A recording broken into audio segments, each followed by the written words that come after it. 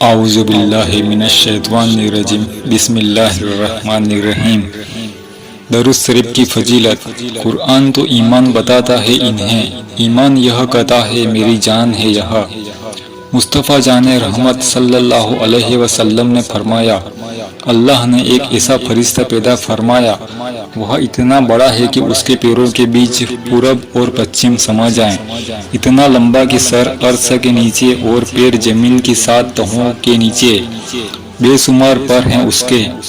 میری امت میں سے جب کوئی مرد عورت مجھ پر درود بھیجتا ہے تو خدا اس فرشتے کو نور کے دریا میں ڈبکی لگانے کا حکم دیتا ہے۔ جب وہ باہر نکلتا ہے تو اس کے پروں سے ٹپکنے والے ہر قطرے سے خدا ایک فرشتہ پیدا فرماتا ہے جو قیامت تک اس درود شریف پڑھنے والے کے لیے مغفرت کی دعا کرتا رہتا ہے۔ خدا نے ہر مخلوق کو اپنے پیارے نبی پر درود پڑھنے کا حکم دیا ہے۔ حضرت موسیٰ علیہ السلام کو حکم دیا، موسیٰ اگر تم میرے اور زیادہ محبوب اور قریبی بننا چاہتے ہو تو پھر میرے پیارے رسول محمد صلی اللہ علیہ وسلم پر خوب درود بھیجو۔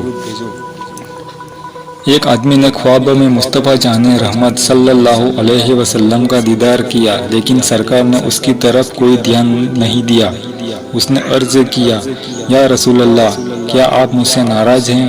آپ نے فرمایا، میں تمہیں نہیں پہچانتا۔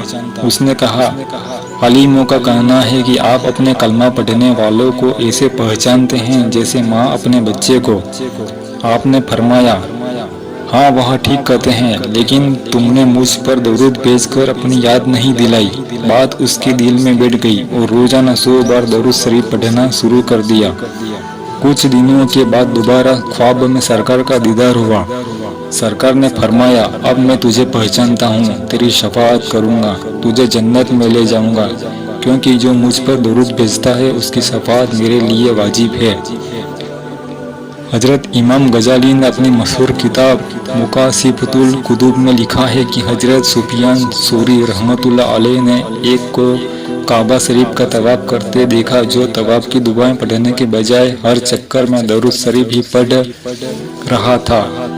آپ نے اس کی وجہ معلوم کی تو نوجوان بولا، میں اپنے والد کو لے کر حج کے لیے چلا، راستے میں ہی ان کا انتقال ہو گیا، ان کا چہرہ کالا پڑ گیا، مجھے بڑا صدمہ ہوا، ان کا چہرہ ڈھک دیا۔ اچانک مجھے نیند آ گئی۔ خواب میں میں نے دیکھا کہ ایک بزرگ آئے، میرے باپ کے چہرے سے کپڑا ہٹا کر اپنے نورانی ہاتھ پھیرے۔ ہاتھ پھیرتے ہی میرے والد کا چہرہ چمکنے لگا۔ جب وہ جانے لگے تو میں نے کہا، میرے مہربان، آپ کون ہیں؟ انہوں نے فرمایا، میں اللہ کا رسول محمد مصطفیٰ صلی اللہ علیہ وسلم ہوں۔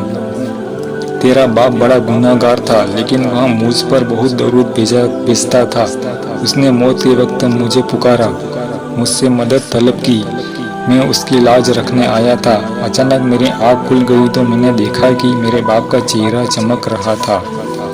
معراج کے سفر میں کچھ نورانی چہرے والوں کو جنت میں دیکھ کر معراج کے دلہا نے حضرت جبرائیل سے پوچھا، یہ کون لوگ ہیں؟ انہوں نے جواب دیا، یا رسول اللہ، یہ وہ لوگ ہیں جو رات دن آپ پر سلام پڑھا کرتے تھے۔ اتنا سن کر پیارے رسول نے فرمایا، جبرائیل، جو مجھ پر درود پڑھنا بھول گیا، گویا وہ جنت کا راستہ بھول گیا۔ ایک دن حضرت جبرائیل علیہ السلام دربار رسول میں حاضر ہوئے تو کہنے لگے، یا رسول اللہ، میں نے آسمان پر نورانی تخت پر بڑی شان شوکت کے ساتھ ایک ایسے فرشتے کو بیٹھے دیکھا تھا جس کے پاس 70,000 فرشتے ادب کے ساتھ سب باندھے کھڑے تھے، لیکن آج اسی فرشتے کو کاف کے پہاڑوں میں اس حال میں دیکھا ہے کہ اس کے سارے پر ٹوٹے ہوئے ہیں اور وہ رو رہا تھا۔ قریب جا کر میں نے رونے کی وجہ معلوم کی تو بولا، معراج کی رات جب سید الانبیاء کی سواری آسمان سے گزری تو میں تخت پر بیٹھا ہی رہا، تعظیم کے لیے کھڑا نہ ہوا۔ خدا کو یہ بات پسند نہ آئی، اس نے مجھے ایسے عذاب میں ڈال دیا۔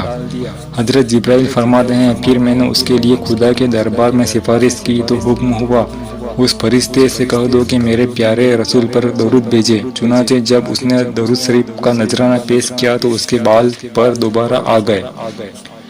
حضرت امام غزالی فرماتے ہیں، حضرت خواجہ حسن بصری کی خدمت میں ایک عورت آئی اور بولی، حضرت، میری جوان بیٹی مر چکی ہے، میں اسے خواب میں دیکھنا چاہتی ہوں۔ آپ نے اسے ایک دعا سکھائی اور فرمایا عشاء کی نماز کے بعد 4 رکعت نفل نماز پڑھ کر یہ دعا پڑھنا، پھر درود شریف پڑھ کر سو جانا۔ اس عورت نے ایسا ہی کیا۔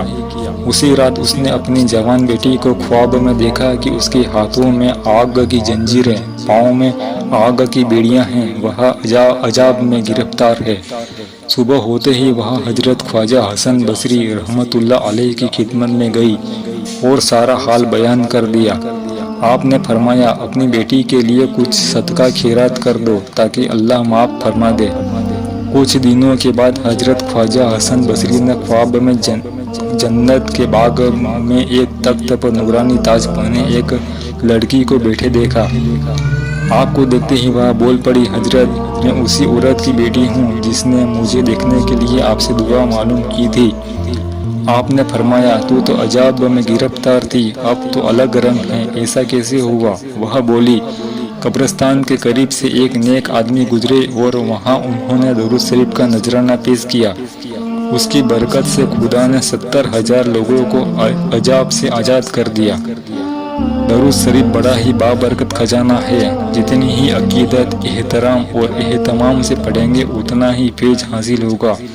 خدا ہمیں اپنے پیارے رسول کی خدمت میں زیادہ سے زیادہ درود و سلام کا نذرانہ پیش کرنے کی توفیق بخشے، آمین۔ صلی اللہ علی النبی امی والی صلی اللہ علیہ وسلم، صلاۃ و سلام علیک یا رسول اللہ۔